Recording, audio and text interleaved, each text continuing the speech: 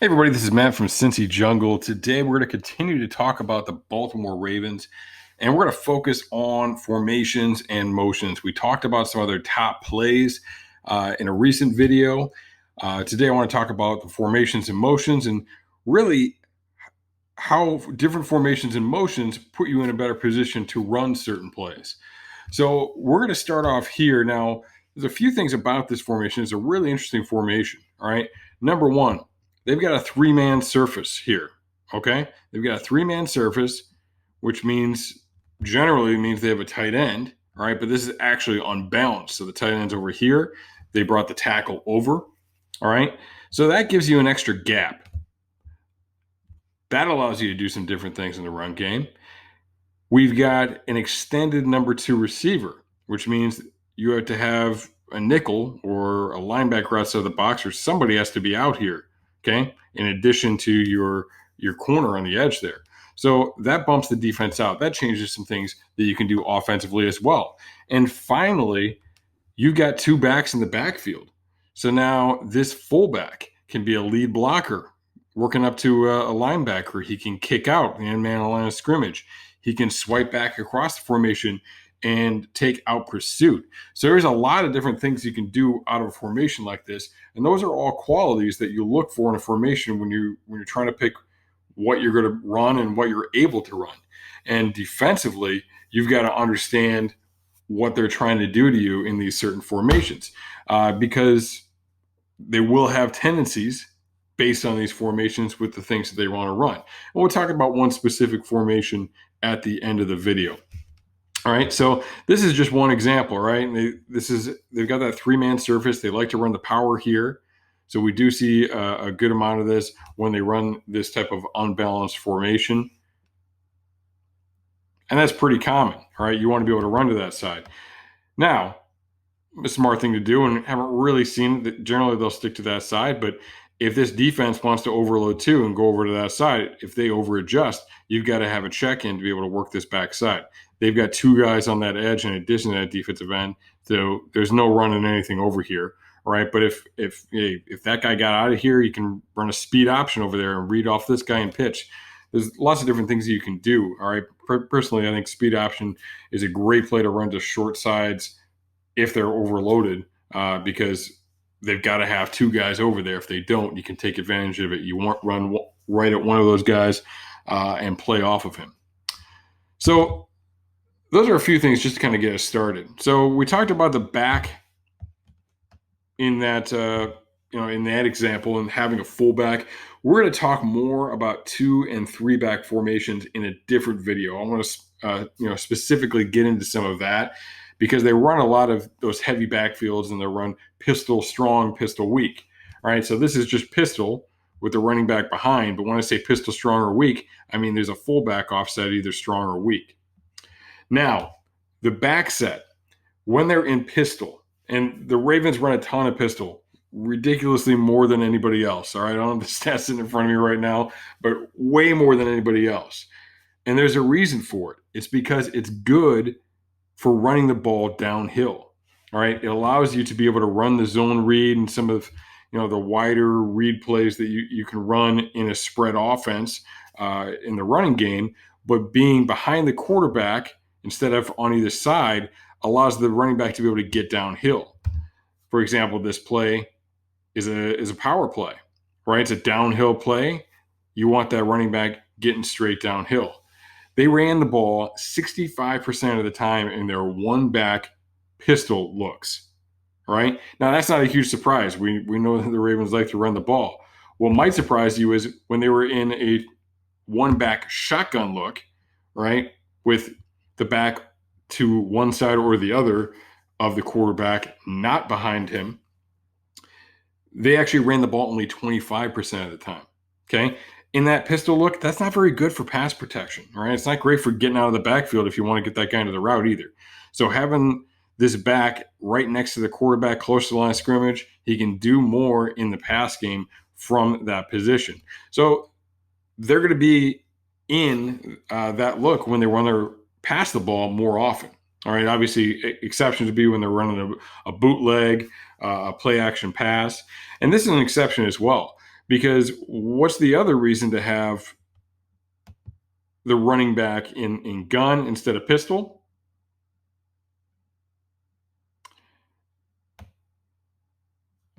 It's to get him wide, right? Instead of going downhill, to be able to get him wide.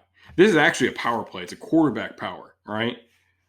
But it's the quarterback power read. So they get that guy going wide in order to try and affect someone on the edge, right? To affect the edge player.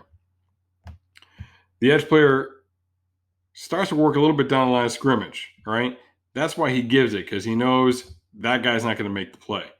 But they were actually doing like a gap exchange here defensively. So that linebacker is already looping around to the outside. They're not able to get to him. And he makes the play on that one. But that's one of the reasons why you'd be in the shotgun instead of the pistol.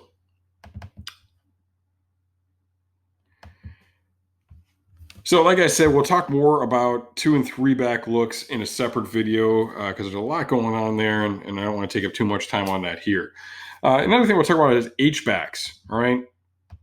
Sometimes you call them slots or wings, all right? But I'm talking about this guy, all right? It's a tight end body. It's a tight end, it's a fullback. They're lined up close to the line of scrimmage, right off the tackle. Here the guy goes in motion, right? Now, what are they doing when they're trying to put H-backs in there? We talked about what they're doing with different back sets. We talked about the advantage of having a spread out number 2. We talked about the advantage of having an extra gap when you have a tight end or a tackle over. What's the advantage of having that H-back? And with the H-back, it's that extra gap, but like the fullback, you can kick out, you can swipe back, you can chip block, right, in the pass game. So that guy gives you the opportunity to do a lot of different things. All right, this is a power play. This actually should be like a kick out, but just because of the way the defensive line stunted, he ended up taking him down the line of scrimmage. All right, but he's coming across because they're going to run the power here, and they want to block this guy. So that's what they bring him over there for. You can also swipe across the formation, as he's going to do here. Motions, comes back across, prevents that 3 technique from pursuing.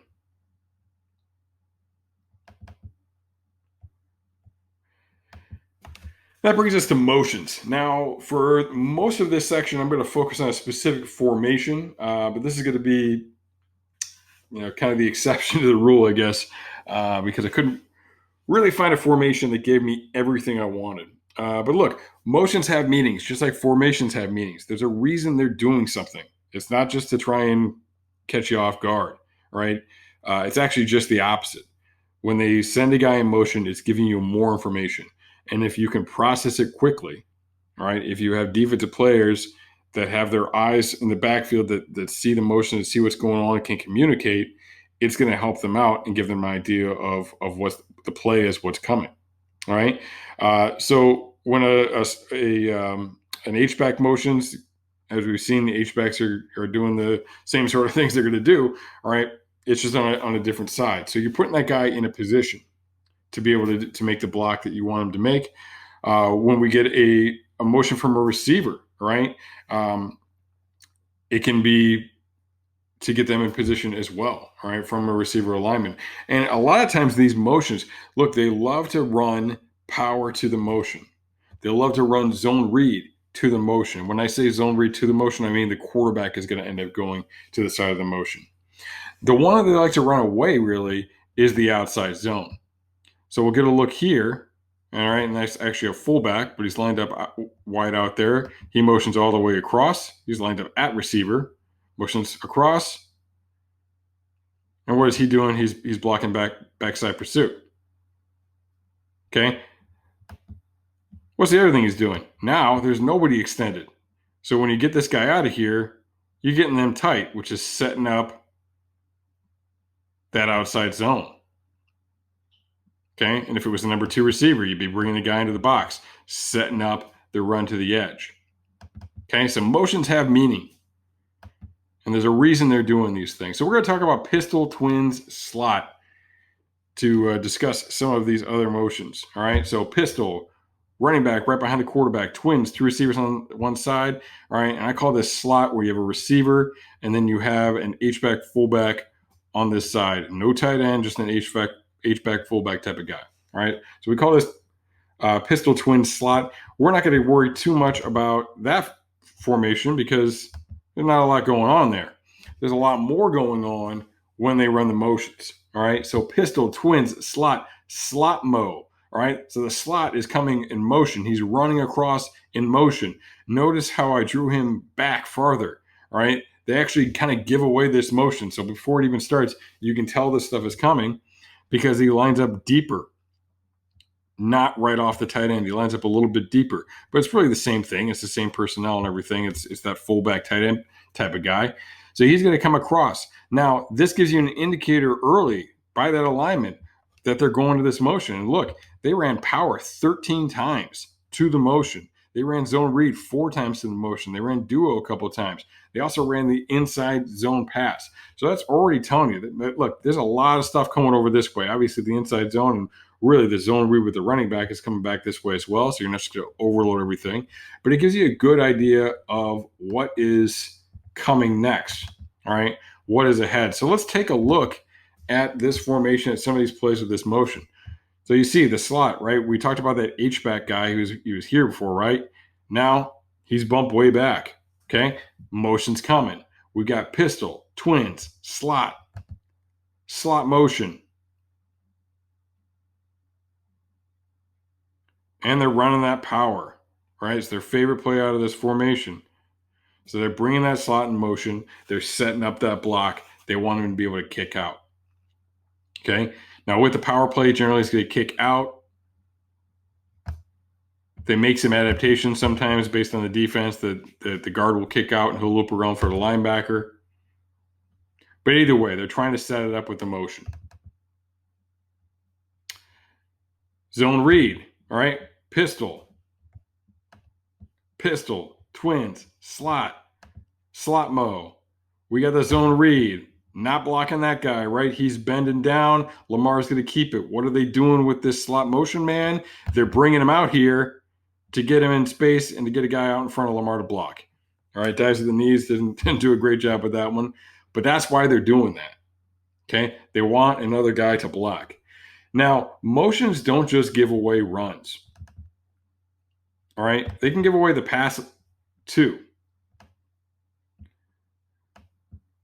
Now, the majority of the time, if a guy's in movement on the snap and it's a pass, where do you think he's going? He's running out into the flat. They're just going to use that momentum. All right. And I've seen it. Sometimes they come back, they'll break off into something different, but it doesn't make a lot of sense, right? He's got that momentum. Now, the Ravens don't do as much as other teams, but like a lot of teams will send that guy in motion, put him in the flat, and throw him the ball. And it makes a lot of sense. Look at what's happening here. Look at this guy. That guy's supposed to be covering a man-to-man. So if they just want to pick up a couple yards, they can get it to him. If that's a faster athlete and you want to dish him off the ball and let him make something happen with his feet, that's a good play. All right. But when they run this and with this inside zone, that guy's going to keep going in that direction. All right. Off of that zone action, he's going to keep going in that direction. Now we're going to talk about pistol, twins, slot, Zemo. All right. So now it's the receiver going in motion. Notice the slot. He's going to be closer to that tackle now, right? He's not going in motion. He doesn't need space for anything. This guy's going to be the guy going in motion as that receiver. Okay. Now it changes the formation, right? It's a completely different formation now. And now as they send him in motion, right? Now the zone read's running that direction. Again, they want him out in front of the quarterback. That's where they're going to run the zone read. We see a little bit of power and duo, stuff like that. We see some boot too. Why are they going to run the boot that direction? Because they got another receiver out there now. Okay, so those are some of the opportunities, some of the things that opens up for you. And as we take a look here, again, notice, I mean, you might not even seen him, right? This H-back, he's right up there against the tackle now. It's nowhere near as obvious as it was before, right? So he's moved up closer. So now you're not really expecting him to go in that type of motion anyway. We'll get to the type of motion he could do in a second. You're not expecting him to do that type of motion though. We have pistol, twins, slot, Zemo, and zone read. He doesn't bend. They give it. They score a touchdown. All right, and that receiver's going out there and getting in front of the quarterback.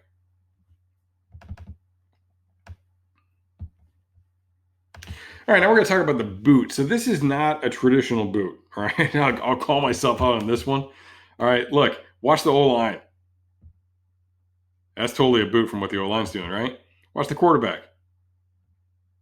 Totally a boot from what the quarterback's doing, except the running back doesn't actually carry out the fake, doesn't actually go in that direction. They put him right out in the flat, and they like to get on the ball here. So I'm calling it boot because it's the same defensive rules as boot, right? Everything you want your defense to do is the same as boot.